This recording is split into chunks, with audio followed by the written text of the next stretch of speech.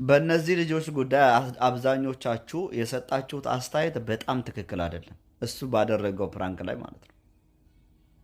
እንደ ማንኛውም ባልና ሚስት ፕራንክ ማድረግ ፈለገ፣ አልቻለበትም። ያ ስህተቱ ነው። ከዛ በተረፈ ግን የሰው ህይወት ውስጥ ገብታችሁ እንደዚህ ልቧን ሰበረ፣ ልብ ይሰበር፣ እግርህንም ጨምሮ ምንድን ነው የምትፈተፍቱት?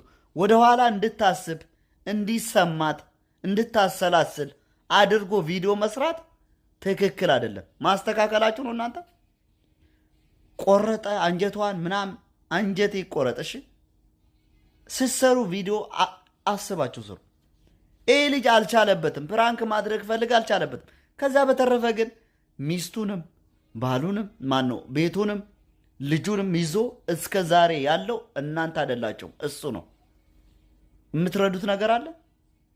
ባልና ሚስት ገብታችሁ አትፈትፍቱ።